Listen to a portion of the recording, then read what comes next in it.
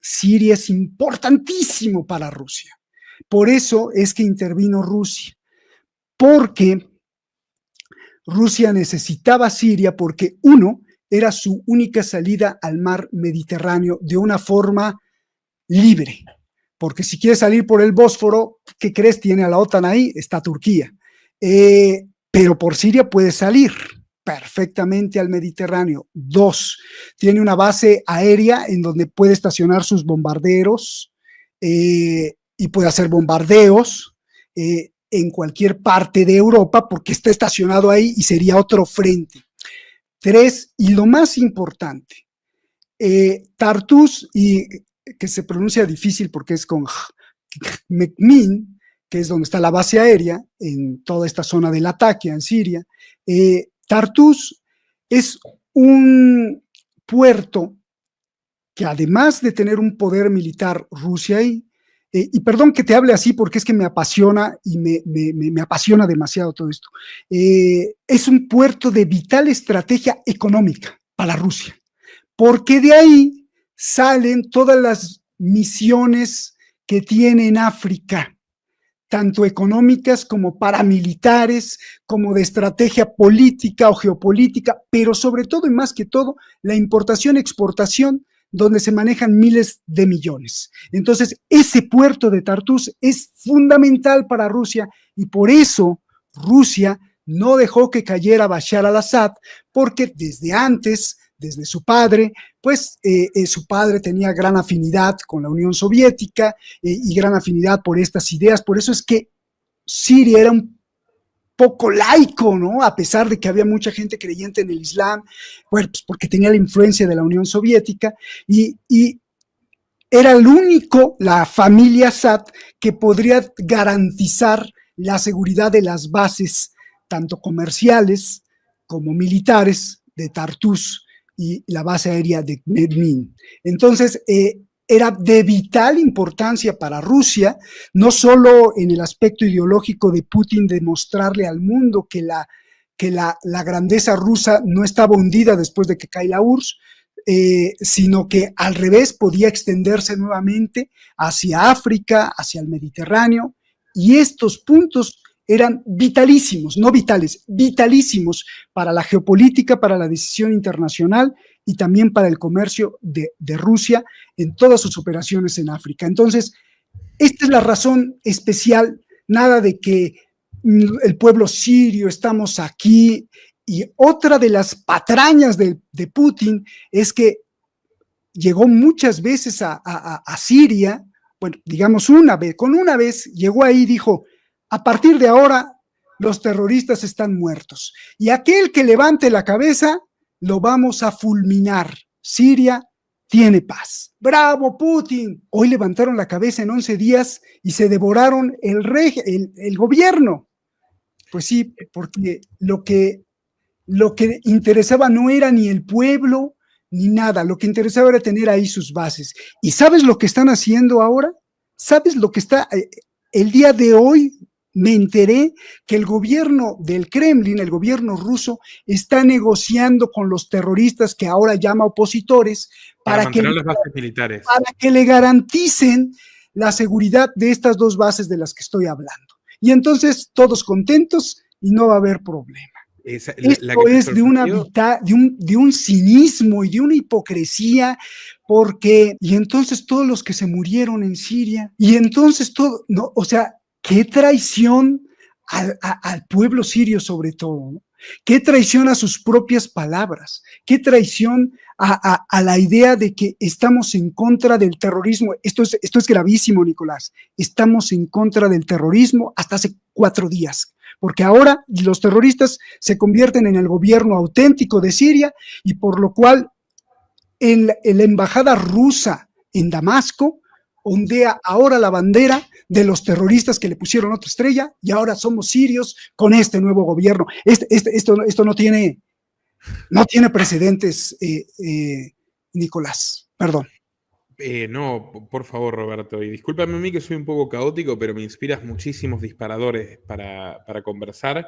Uno es Lavrov. Hace 48 horas dijo, acogemos al Assad y a su familia por razones humanitarias. y en la última rueda de prensa dijo: no sabemos dónde está el Assad. Yo le digo, ¿qué se les cayó por una ventana? Pues tú sabes que en Rusia tienen esos problemas, la gente que de repente se vuelve un estorbo para Putin. ¿Dónde está el Assad? ¿No? O sea, la narrativa es tan volátil, la narrativa rusa es tan volátil y progresa tan rápido que entiendo que reconocen que está ahí, pero no sé, no quieren dar más precisiones. Pues no, porque ahora es una piedra en el zapato. ¿Qué hacemos con él? Ese es el problema. ¿Qué hacemos con él? Porque, bueno, entonces, déjame, tú me vas interrumpiendo, por favor, déjame abrir la ventana. Igual aclarar que el 90% de Siria está debajo de la línea de pobreza. O sea, circulan diamantes que los agentes de Wagner y los mercenarios rusos sacan de África y armas que vienen de Moscú a África, y ciertamente es como un centro neurálgico para esa ruta comercial, pero no es que los sirios hayan visto ningún tipo de beneficios, es una economía que está naturalmente devastada.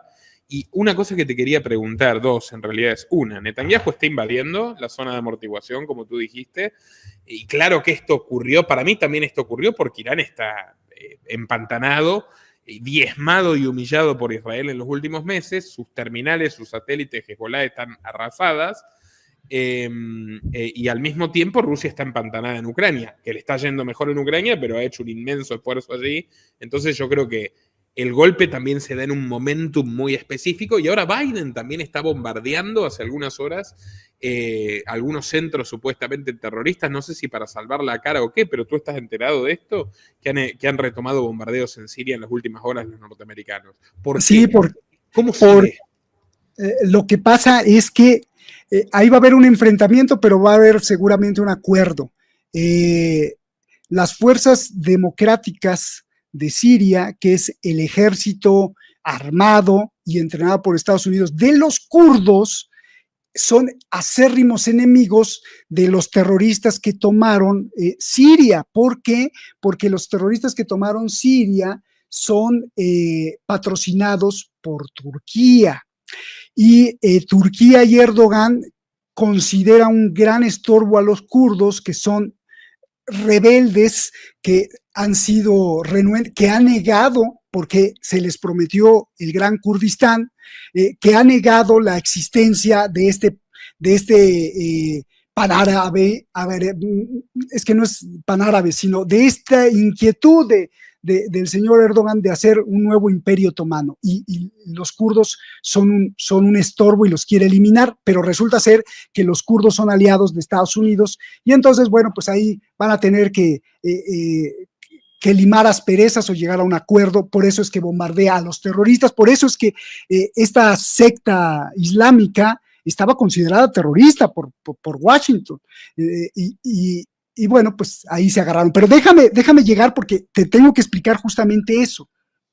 Mira, el asunto con Irán y con Israel creo que es vital entenderlo, y es vital también entender lo que estaba haciendo Rusia. Pero te dije que son tontos y cobardes. ¿Por qué tontos y cobardes? Es decir, que no les alcanzó la inteligencia tanto a Rusia como a Irán para haber desperdiciado 2015, 2016, 2017, 2018, 2019, 2020, 2021, 2022, 23, 24, 10 años de inversión multimillonaria en municiones, en personal, en recurso humano. Se murieron muchos iraníes y también muchos rusos, y sobre todo, pues cada bomba que aventaba Rusia, pues cuesta, ¿no? Entonces, ¿cómo es posible que 10 años de inversión multimillonaria de miles de millones de dólares o rublos o reales iraníes, pero son miles de millones de dólares, tanto de Irán, se hayan perdido en 11 días? Son unos tontos, son unos cobardes que no quisieron recuperar. Este es en primera línea, ¿no? Porque eran vitales, espacios vitales, el territorio sirio, tanto para Irán como para Rusia. Y esto, sin duda, es un golpe terrible para Putin y para el liderazgo iraní.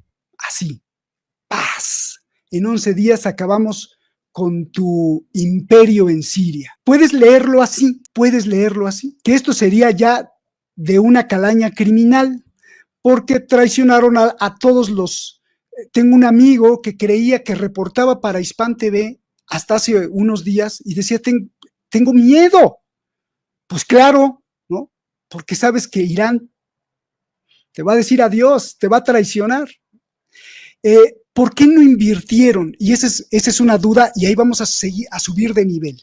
Pero bueno, entonces en la primera interpretación de los hechos, de ver los hechos, no estoy especulando, los hechos, estos invirtieron 10 años de miles de millones de dólares en armamento, en defender a Bashar al-Assad, y de pronto en 11 días, ¿nada? ¿Cómo es posible? Y pierden además el corredor del eje de resistencia. ¿Cómo? Vital para abastecer a Hezbollah, pero ¿cómo? Explícamelo. Y Rusia va a perder sus puertos, ¿cómo? Entonces esto viene, antes de subir al siguiente nivel, se da en un momento muy especial. Nos avientas un Oreshnik, nos amenazas con tu misil hipersónico, que además ya lo sabemos desde hace mucho tiempo que lo tienes, que no es nada nuevo. Nos amenazas con bombardear ciudades y Londres y todo. Sí, pues mira, le bajo Israel, porque no podía con tantos misiles de Hezbollah, le bajo, hago una supuesta tregua, y qué curioso, y al día siguiente ahora viene el revés, ¡pum!, contra Rusia y contra Irán. Más que claro, el momento es, subamos de nivel. Yo no creo que Rusia ni Irán, que tienen unas inteligencias muy entrenadas, sean tan tontos. Entonces, aquí viene otra cosa. ¿No será, Nicolás, que esto fue negociado? Porque Rusia tiene bastante tecnología militar en Siria como para haber desarticulado a esta banda de terroristas rápidamente, tanto tecnología de intercepción y interferencia electrónica, tanto misiles de defensa, una cantidad de bombardeos que podía haber hecho ahí en Homs, en Alepo, y se acabó. ¿Por qué no lo hizo? ¿No estaría negociado? ¿Por qué en París, después de ver a Zelensky y a Macron hace 2 días, Trump dijo, la paz está cerca, va a haber una negociación? Qué curioso que todo esto se da en el mismo momento. Y yo desde el 2017, estando en Irán, se decía que los rusos estaban negociando Ucrania por Siria. Esto que me estás diciendo es increíblemente revelador. O sea, tú me estás diciendo que los rusos, si querían, los paraban a los rebeldes. Pues yo supongo que sí, tienen toda la tecnología. Tienen toda la tecnología para hacerlo. Por más que tengan el ejército empantanado en Ucrania, no sería un gran esfuerzo frenar a estos tipos que iban en motos algunos, ¿no? Y en camionetas a la capital. Pero es que estos sujetos no tenían aviones, simplemente con aviones. Trump cambió el discurso también. Trump dijo primero, Putin no puede defender a Assad, y luego dijo, evidentemente si esto ocurrió es porque Putin no quiso, no le interesaba mantener a Assad. Eso es lo último que dijo Trump ayer. Va totalmente en línea de lo que me estás contando. Ahora, déjame regreso a la primera interpretación de los hechos, a donde son tontos y cobardes. Bueno, alguien me podría decir, y que también podría ser plausible esta hipótesis de trabajo, la primera de tontos y cobardes. No le alcanza el dinero ni los recursos, porque si hubieran bombardeado a los terroristas que iban en moto y lo único agresivo que tenían eran los drones ucranianos y los drones turcos para bombardear, de hecho ya empezaban a aventarle drones explosivos a las bases rusas, pues simplemente levanta uno Sukhoi y los bombardea, los hace pomada, ¿no? Entonces, o un Tupolev, y bombardea toda la línea de ofensiva de los terroristas. Pero Putin podría haber creído que detrás estaba la OTAN y detrás está un Erdogan muy decidido. Muy decidido. Entonces, ¿pero qué juega Erdogan, Roberto? Porque es algo que asombra muchísimo el pragmatismo infinito del tipo. Claro, a lo mejor, quedándonos en la hipótesis de que son tontos y cobardes Irán y Rusia y que no hubo negociación, los estrategas de Putin y Putin dijeron, no, a ver, si atacamos a estos terroristas en moto, que sabemos, todos lo sabemos, que detrás de los terroristas en moto está Erdogan, porque además Erdogan no se le enchuecó la boca para salir en público y decir, hace unas semanas le tendimos la mano a Assad, No quiso, pendejo. Y vamos a seguir esto hasta que lleguen a Damasco. Y aplaudió. O sea, él dijo que estaba detrás. ¿Por qué le conviene a esto? Bueno, porque hay una negociación doble. Israel, tanto que habla en contra de Israel, a Israel le conviene porque se expande para su proyecto Gran Israel, y a Erdogan le conviene en el lado musulmán, porque si Siria cae, Erdogan quiere volver a establecer esa el Imperio Otomano melancólica del Imperio Otomano. De hecho, y por eso es que la gente tiene que saber mucho de historia. Yo denuncié desde el 2017 hasta hace unos días que Turquía tenía apoderado de Siria una franja gigante de 400 kilómetros, que se había apoderado de los campos de cultivo, que Bashar al-Assad decía, este es un demonio, vino a quemar todos los campos de trigo, le decía a Erdogan, ¿cuál garante de la paz? Pero Irán y Rusia lo tenían ahí como un garante de la paz, y lo siguen teniendo. ¿Cómo es eso de que Erdogan controla al ejército de Siria? O sea, lo que queda de las Fuerzas Armadas oficiales. Yo estoy asombrado. O sea, ¿cómo logró que tengan más lealtad hacia él que hacia Assad? Pues porque los iraníes engañaron a todo mundo. Desde que yo estaba en Irán, dijeron que iban a invertir miles de millones de dólares en reconstruir Siria, en reconstruir toda la destrucción. Yo me acuerdo de Alepo en una toma aérea que era el infierno, o sea, se quedó así destruida, que iban a invertir. ¿Sabes cuánto invirtieron? O sea, ¿o dónde está la inversión? Nunca hicieron absolutamente nada. Y el pueblo no es tonto. El pueblo estaba cansado de las promesas de Assad, el pueblo estaba cansado de las promesas de Moscú, y el pueblo estaba cansado sobre todo y más que todo de las promesas del chiismo iraní.